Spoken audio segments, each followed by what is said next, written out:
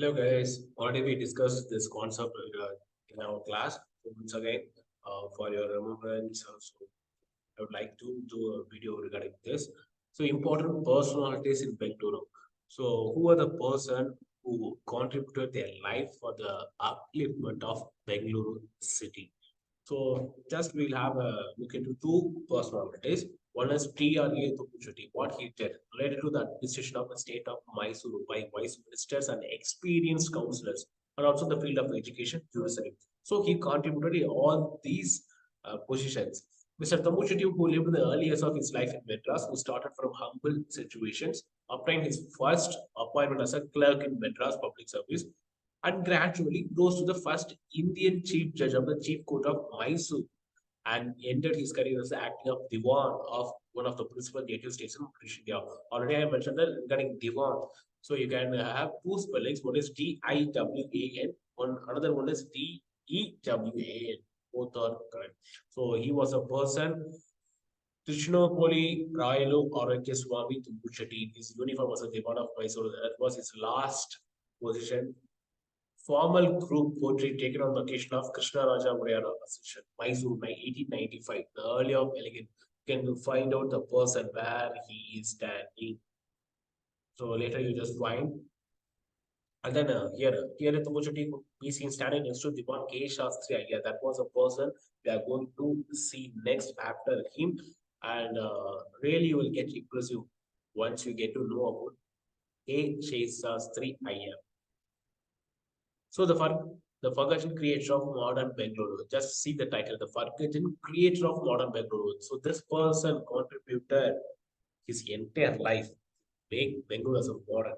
So Diwan of Mysore for a span 18 years, Shastri Iyer's able administration laid the foundation for much of modern Bengaluru's infrastructure and many of the city's landmarks.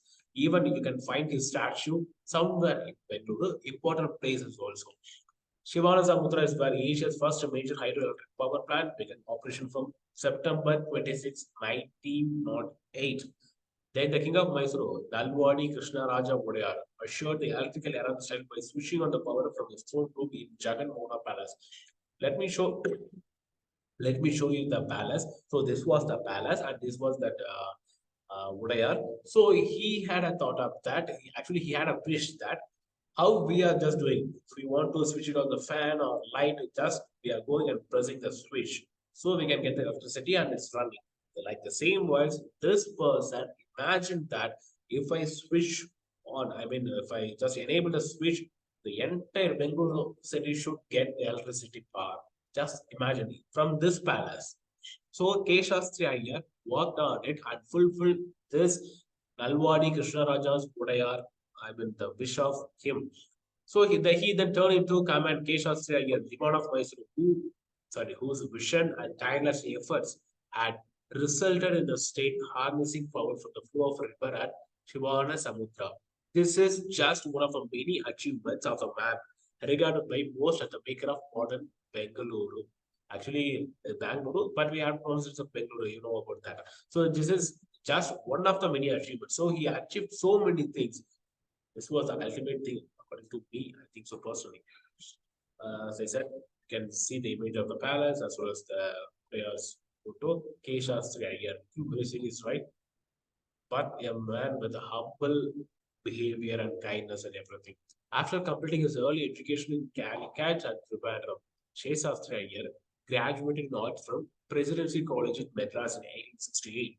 He was appointed judicial secretary in the Stagram division of the Mysore Kingdom and obtained his B.L.G.P. from the University of Madras in 1874. So from 1881 to 1833, he served as an officer in the services of the Kingdom of Mysore, first as a district magistrate and later as personal secretary to the first Diwan of Mysore, Rangacharu. When Rangacharu died in 1883, Shastri Iyer succeeded him. The previous Diwan had been a brilliant and courageous and highly respected administrator. So even Shastri Iyer was determined to be the same. He began by commissioning the Swana Samudra hydroelectric project focusing on the mining operation of Kolar gold fields. We used to call us KGF. Once hydroelectric project commenced operations, he drew a voltage line from Shivana Samudra to KGF. So first they just brought the electricity to the Bengaluru city, and then later the mining projects to KGF. So that is how gold came out, and everything got developed because of this man. The gold fields were 147 kilometers away from the waterfalls, making the transmission line the longest in the world at the time. The hydroelectric plant at Shivanasamudra, called the Sir Sheshatri Hydel Station, also supplied power for the construction of the major dam in Tamil Nadu in the 1930s. In May 2006, it was made as a National Heritage Center. Next, Sheshastri Iyer wants to improve the transport, irrigation, and health sectors in the kingdom. He extended the railway lines in the kingdom by 270 kilometers and took a voltage line from Shivana Samudra all the way to Bank. He constructed the famous glass house in Lalbagh in 1889 and Victoria Hospital at Bangalore in the year 1900. Other than starting insurance scheme for government employees, he also started agricultural banks to help farmers and landowners who had to depend on loans from private parties at high interest rates.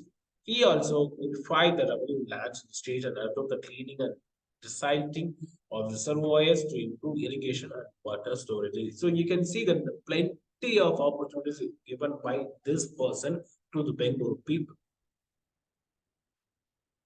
So in 1898, investing plague in Bengaluru wiped out most of the city's population. In aftermath of the disaster, this guy took many steps to help the people of the city and improve their living conditions. Streets were decongested, trees were planted, roads were wide, sanitation was improved. Many new commercial and industrial units were established to increase employment opportunities for the people of the city. Other than the beginning of extension of residential areas in Basavanakudi and Malleswaram, Sheshasdraya started the Chamarajendra water works to supply water to the city from Hesaragata Lake in 1894. So this is a common thing you know about this concept, right? From through lake, they are just getting the water and supplying to all the people. So with the help of big as an aqueduct and the steam engines, water was pumped out of the up to the reservoir from where it flowed to Malleshwaram and then the rest of the city. This simple yet effective design worked brilliantly between 1894 and 1935, serving as a substantial source of water for about 45 years. So the people of Bengaluru did face the water scarcity between these years, I mean almost 45 years. So you can see through the picture. And then he also just laid the foundation for India's leading figures. Jamshedji Dorswanji Tata was convinced that future progress of the country depended closely on research in science and envisaged an institution that would encourage the same. In 1898, he was on the lookout for a suitable place for such an institution where he met and discussed his ideas with Shastri Iyer. So, agreeing with the Tata on the fact that the better quality education would serve the country well, he convinced then ruler of Mysuru, Krishnaraj of Player 4, roughly 372 acres of free land in the heart of Bengaluru and provide other necessary facilities. This educational institution later became the Tata Institute of Science, renamed IISC, Indian Institute of Science, in 1911.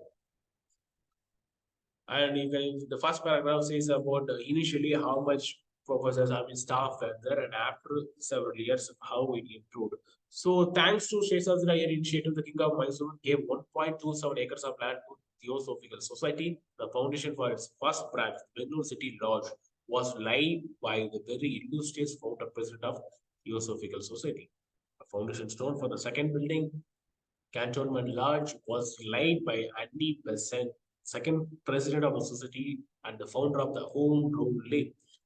Having administered the kingdom of Mysore for a span of 18 years, Sheshadraya remains the longest serving Diwan of the princely state. A disciplined life, dedication to duty, practical imagination were the hallmarks of his exceptional statesman.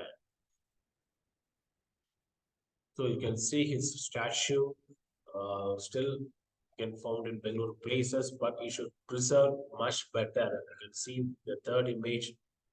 So a person who just contributes his life to the upliftment of Bengaluru. So we should know about this person and try to know pass this message about, I mean, about the concept to other people also, so that they will get to know about the person. So see you in the next video, guys.